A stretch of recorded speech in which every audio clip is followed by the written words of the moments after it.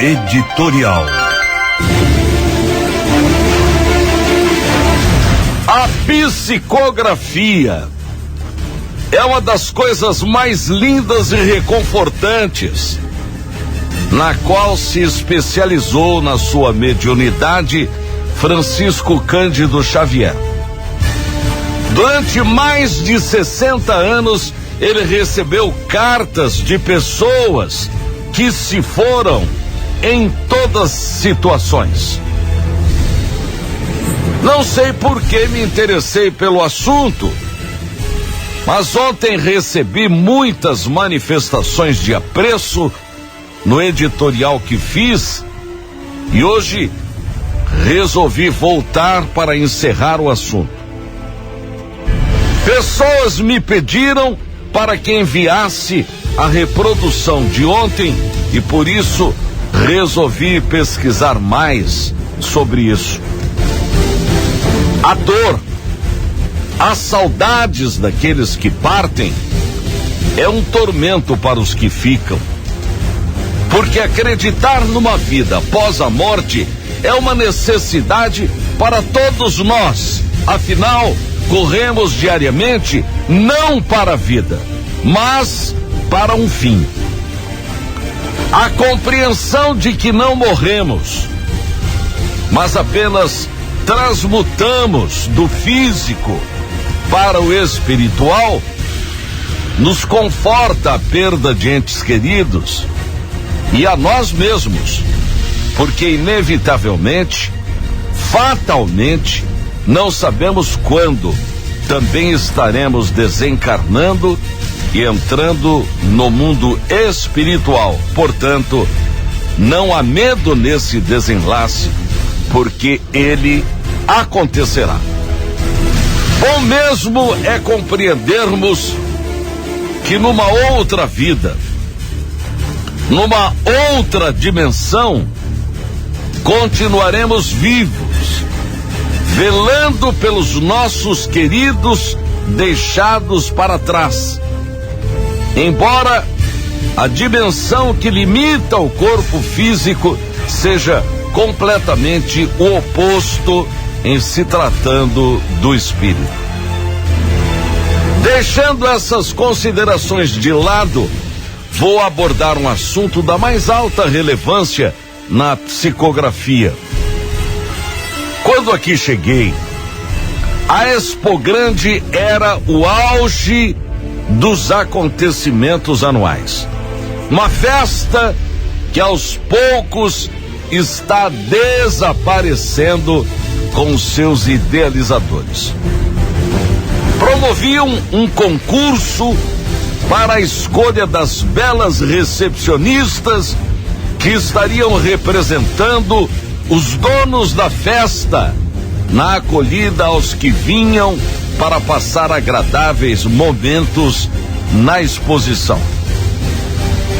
Entre as belas moças daquele ano, uma delas, funcionária da já extinta APEMAT, jovem, alta, esguia, de sorriso inimitável e que estava recém-casada, e diziam que o marido era ciumento, encrenqueiro e às vezes diziam, na época, violento no relacionamento doméstico.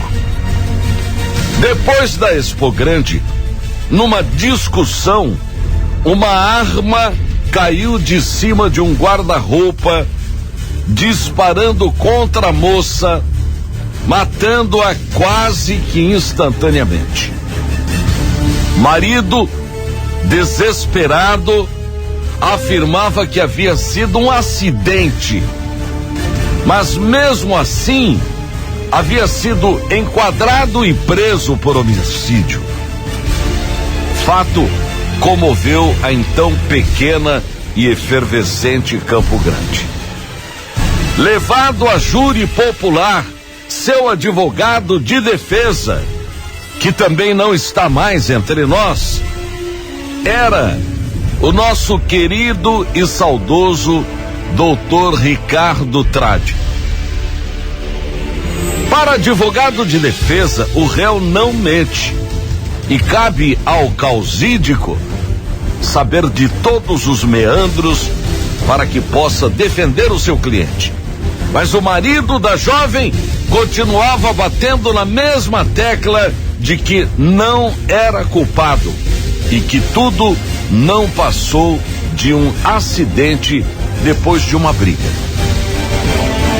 Ricardo era um advogado tremendamente preparado.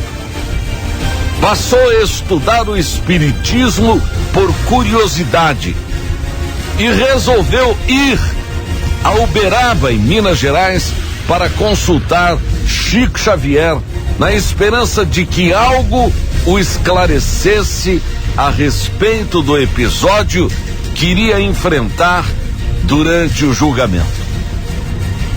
Parece que dava para sentir no ar o clima de condenação por homicídio. Ninguém queria entender ou acreditar que o jovem marido estivesse dizendo a verdade.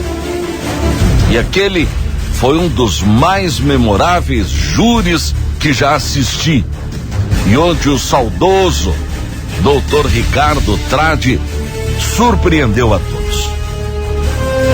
Fechando os olhos, pareço vê-lo. Aquela figura esguia, voz grave, forte, um profundo conhecedor do direito, e todos queríamos saber como ele defenderia algo aparentemente indefensável, que seria o réu marido, a fim de torná-lo convincente perante o corpo de jurados. Em dado momento, diante dos acalorados debates, o Dr. Ricardo saca uma carta psicografada pelo médium Chico Xavier, pelo espírito da esposa do réu, e passa a lê-la em plenário. Na carta psicografada, a jovem esposa afirmava com todas as letras que o marido estava falando a verdade e que tudo não passou de um acidente. E ali estava ela para confirmar o que o marido briguento tanto afirmava: ele era inocente. O resultado do júri foi a inocência do réu, que deixou, ao final do julgamento, o plenário do tribunal chorando copiosamente, e dele nunca mais se ouviu falar.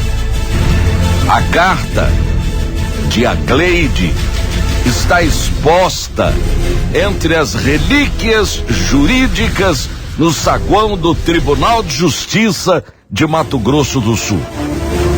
A psicografia teve o condão de restabelecer a verdade. O Ministério Público, a quem cabia a acusação do réu, ficou atônito quando viu o peso e a credibilidade da psicografia saída das mãos do médium Francisco Cândido Xavier. A carta inocentou o réu, criando uma dúvida até então não preenchida. Foi um dos grandes júris da nossa comarca. Ponto para o advogado que defendeu até o fim a tese do seu cliente. A psicografia é hoje considerada pseudocientífica e sem base empírica. Durante mais de 60 anos, Chico Xavier confortou pessoas desconsoladas de todo o Brasil em busca de notícias de seus parentes mortos. Teria mantido comunicação com milhares de espíritos e psicografado milhares de cartas com riquezas de detalhes e também livros.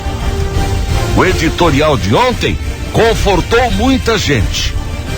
Poucos são os que psicografam cartas consoladoras. De qualquer forma, Pode ser mentira, pode ser verdade, pode ser apenas fruto da imaginação, mas são histórias que aí estão nos preparando para o mundo espiritual, onde mais cedo ou mais tarde haveremos de conhecer. Bom dia. E o melhor da noite.